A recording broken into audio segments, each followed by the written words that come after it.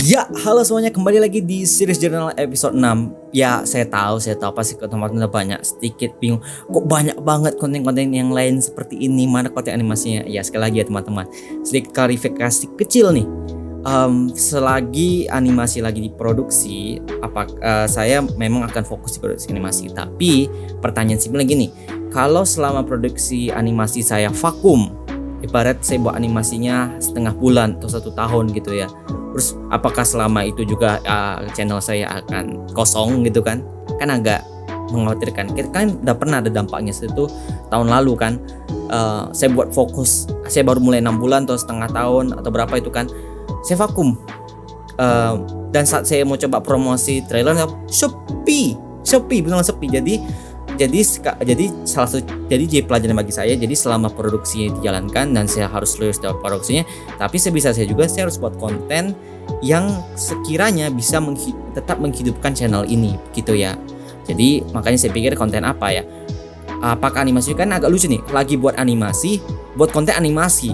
Kan kita tahu sendiri animasi itu kan untuk level kita yang masih pemula itu kan, dan kita kalau apalagi tipe yang tidak ingin sebatas tipe-tipe yang doodle gitu, mau yang kayak serius kayak anime gitu kualitasnya, pasti kan agak keteteran. Lagi buat film animasi, mau buat lagi konten animasi, itu kan sedikit keteteran. Makanya saya pilih beberapa konten lain yang sekiranya itu memang bagian dari hobi saya, bagian dari hidup saya, tidak ada paksaan dari selera saya, tapi juga masih satu ranah dengan channel ini, yaitu adalah film dan animasi. Jadi secara original saya buat film dan juga buat animasi, tapi secara side kontennya saya juga buat buat video-video yang membahas tentang film dan animasi, dan beberapa tentang kehidupan pribadi saya. Jadi sekilas itu klarifikasi kecilnya ya teman-teman. Oke, kita langsung aja kembali ke pembahasan jurnal hari ini. Jurnal hari ini saya cuma mau bilang, saya sangat senang dengan permainan Indonesia pada tanggal 21 kemarin. Saya nontonnya di kelas Inggris saya. Itu lucu. Saya lagi nonton pas guru saya lagi di depan. Dosen saya lagi di depan. Jadi saat gol kan, itu saat momen gol saya teriak gitu dengan suara yang masih tahan. Itu sangat momennya histeris lah. Itu pokoknya senang lah. Dan syukurnya dosennya antara sadar atau nggak sadar, kayaknya he just let it go gitu.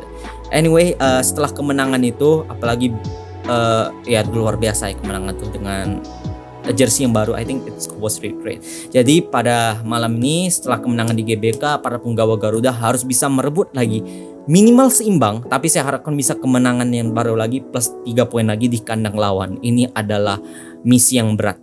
Sebelumnya Indonesia berhasil meraih kemenangan di GBK dengan jersey baru mereka, dengan permainan yang bisa menahan dominasi di Vietnam pressing mereka, dan juga bisa mereka serangan yang luar biasa, membuahkan hasil skor 1-0 lewat gol Egy Maulana Fikri dengan assist dari Pratama Arfan. Itu sangat luar biasa.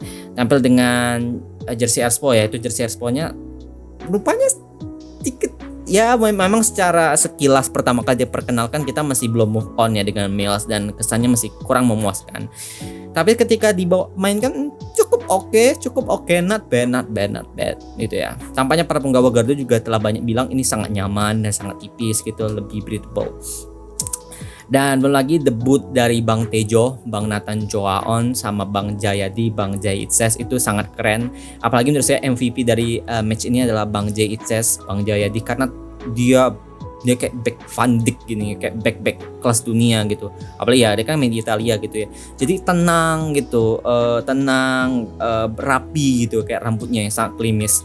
Dan kabar baiknya nanti di Vietnam kita akan diperkuat oleh Mr. Wak Haji Orat Mangun Ragnar sama Profesor Tom Haye, dan itu sangat akan membantu lini depan dan lini tengah kita.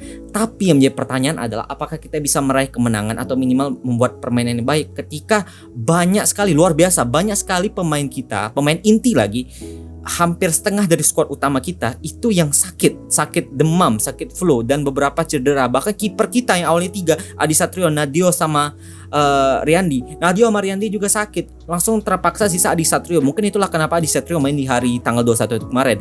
Dan sekarang malah Hernando yang masih dalam tahap pemulihan harus ikut juga dipanggil. Mungkin tetap yang dimainkan Adi Satrio, cuma Hernando cuman cadangan jaga-jaga banget. Tapi saya pikir kenapa nggak panggil Sirius Margono aja? Saya rasa dia berhak untuk bisa menemani di sana. Dan ya semoga bisa memberikan hasil yang baik. Dan saya mau sedikit prediksi starting lineup. Starting lineup menurut saya mungkin kemungkinan ya 3-4-3 atau enggak 3-5-2. Yang penting gitu, kita mulai. Di goalkeeper prediksi saya ya. Kayaknya Hernando Ari kayaknya nggak pasti karena Sintayong ini bukan tipe coach yang kaku ya, bukan tipe yang bakal memaksakan gimana, pasti selalu buat perubahan. Jadi prediksi saya mungkin pasti Adi Satrio. Kemudian back belakang tengah saya pikir Hubner, kanan it says kiri Rido atau kebalikannya lah. Rido it says Rido. Nah, 4 lini tengahnya Haye, Haye, Marcelino, terus kanan kirinya Arhan sama Asnawi, depannya 3 ya, 3 pos langsung 3 atau enggak 1-2. Tengahnya itu Orat Mangun, kanannya Fikri, Egi, terus sampingnya Sananta. Saya harap itu yang muncul. Ya, saya rasa itu. Semoga Indonesia bisa berakhir yang luar biasa. Anyway, teman-teman, gimana, semoga kalian tetap menyukai konten side questnya lah untuk menemani selama produksi yang berjalan gitu, dan semoga tetap seimbangkan sehingga tidak terlalu keteteran kebanyakan konten yang lain gitu. Oke teman-teman, sampai jumpa dan berikan semangat terus kepada saya dan kepada progres anime saya. Itu aja. Sayonara, arigatou gozaimasu, dan sampai jumpa. Minasan.